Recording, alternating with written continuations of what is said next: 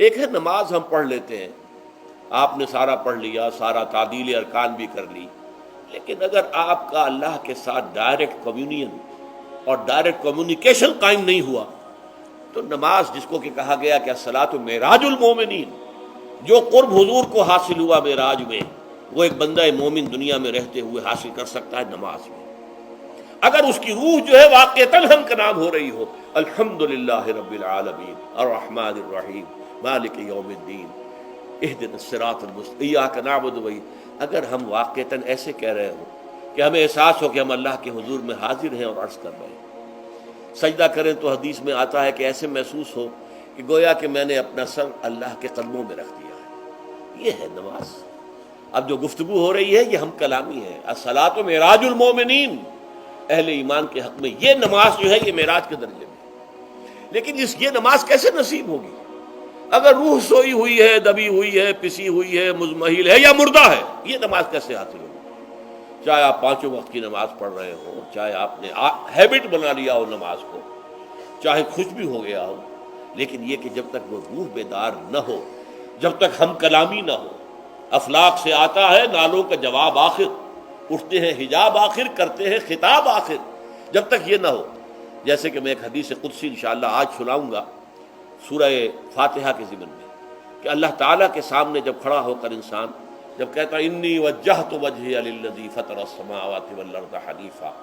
دائیں بائیں سے بالکل اپنا تعلق کاٹ کر میں نے اپنا رخ کر لیا ہے اس اللہ کی طرف جس نے آسمانوں اور زمین کو پیدا کیا۔ اب یہ توجہ وجہت ہو، اگر یہ تو ہے چہرہ تو ہم نے کر دیا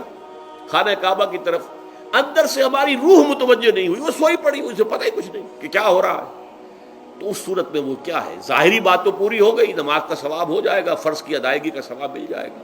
لیکن وہ اصل نماز تو حاصل نہیں ہوتی۔ یہ ہے وہ بات کہ وَإِذَا سَأَلَكَ عِبَادِي عَنِّي فَإِنِّي قَرِيبٌ، اے نبی جب میرے بندوں کی روحیں بیدار ہو جائیں، توانا ہو جائیں، حیات تازہ سے وہ ہم کنار ہو جائیں، اور پھر وہ میرے بارے میں پوچھیں، وہ میرا تقرب حاصل کرنا چاہتے ہیں، تو آپ سے پوچھیں تو کہیے میں قریب ہی ہوں، اجیب دعوت الداع اذا دعان، یہ ہے وہ دعا، میں ہر پکارنے والے کی پکار، ہر دعا کرنے والے کی دعا کو سنتا ہوں، قبول کرتا ہوں، جواب دیتا ہوں جہاں کہیں بھی مجھے پکارے، اذا دعان۔ اس میں در حقیقت وہ مفہوم آ گیا ہے there and then wherever،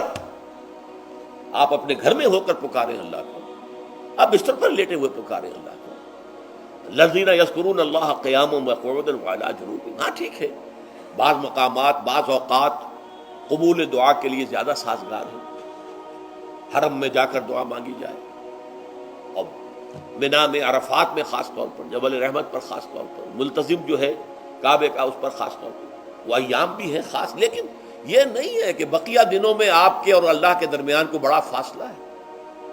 یہ سارا دنیا میں مشرکانہ نظاموں نے تصور پیدا کیا، اللہ تو دور ہے دور ہے دور ہے دور ہے، پاک ہے پاک ہے پاک، تم ناپاک ہو ناپاک ہو ناپاک ہو، اور تم تو بڑی پستی میں پڑے ہو، تم اللہ سے براہ راست ہم کلام نہیں ہو سکتے۔ کوئی درمیانی چاہیے، کوئی لنکس چاہیے، کوئی پجاری ہوگا، کوئی پروہت ہوگا، کوئی پنڈت ہوگا، کوئی پیر ہوگا، کوئی پادری ہوگا، کوئی پوپ ہوگا، اس کے ذریعے سے تم اللہ سے ہم کلام ہو، خود نہیں۔ اور جب ذریعے بیچ میں آ گئے تو ان کی مٹھی گرم کرو، ان کی چاپلوسی کرو، ان کو بھی جو ہے چادریں چڑھاؤ، ان کو نذرانے پیش کرو، یہ ہے بدترین ایکسپلائٹیشن جو مذہب کے ذریعے سے نوع انسانی کی ہوئی ہے۔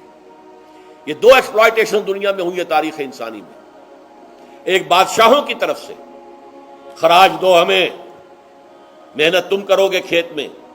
آدھا حصہ ہمارے پاس آئے گا، ہم عیش کریں گے، ہم سٹینڈنگ آرمیز رکھیں گے تاکہ ذرا تم بغاوت کرو تو تمہارا سر کچل دیا جائے۔ یہ ایکسپلائٹیشن بدترین، مانگنے والا گدھا ہے، صدقہ مانگے یا خراج۔ دوسری طرف ہم بادشاہ ہیں، ہم چندر بنسی سورج بنسی خاندان ہیں، ہم راجپوت ہیں، حکومت کرنا ہمارا حق ہے، اور یہ پنڈت پروہت جو ہے وہ بھی کہیں گے کہ ٹھیک ہے، نصف لی و نصف لک وہذا قوم جاہلون، یہ عوام جو ہے ان کا خون چوسو، ہمیں یہ نذرانے پیش کریں، بتوں کو آ کے چڑھاوے چڑھائیں اور تمہیں خراج دیں اور ٹیکس دیں۔ They are to be exploited, exploit ہو رہا۔ اسلام نے آ کر دونوں کا خاتمہ کیا، کوئی ملوکیت نہیں۔ زکوٰۃ ہے تو غربا کے لیے، بادشاہ کے لیے نہیں ہے، یہ تو غربا کے لیے، لہذا کوئی ٹیکس نہیں۔ نمبر 2، اللہ سے ہم کلام ہونے کے لیے کسی دربان، کسی جو ہے پہرے دار کی مٹھی گرم کرنے کی ضرورت نہیں، جب چاہو ہم کلام ہو جاؤ۔ دل کے آئینے میں ہے تصویر یار، جب ذرا گردن جھکائی دیکھ لی۔ یہ تو تم ہماری طرف متوجہ نہیں ہوتے، ہم تو ہر وقت کہتے ہیں، ہر شب کو آخری لمحات جو ہیں، آخری جو گھنٹے ہیں رات کے، سمائے دنیا تک ہم نزول فرما لیتے ہیں تمہارے لیے، اور پکارنے والا پکارتا ہے، حل من مستغفر فاغفر له، ہے کوئی استغفار کرنے والا کہ میں اسے بخش دوں؟ حل من سائل فاعطیہ، ہے کوئی مانگنے والا کہ میں اسے عطا کروں؟ تم ہی سوئے رہتے ہو، انٹا غفیر رہتے ہو، تمہیں ہماری طرف توجہ نہیں ہے۔ اگر ہماری طرف متوجہ ہو جاؤ تو جیسے کہ اقبال نے کہا کہ میرے لیے یہ دربان جو ہے، پیران کلیسا کو کلیسا سے اٹھا دو، کیوں خالق و مخلوق میں حائل رہے پردے،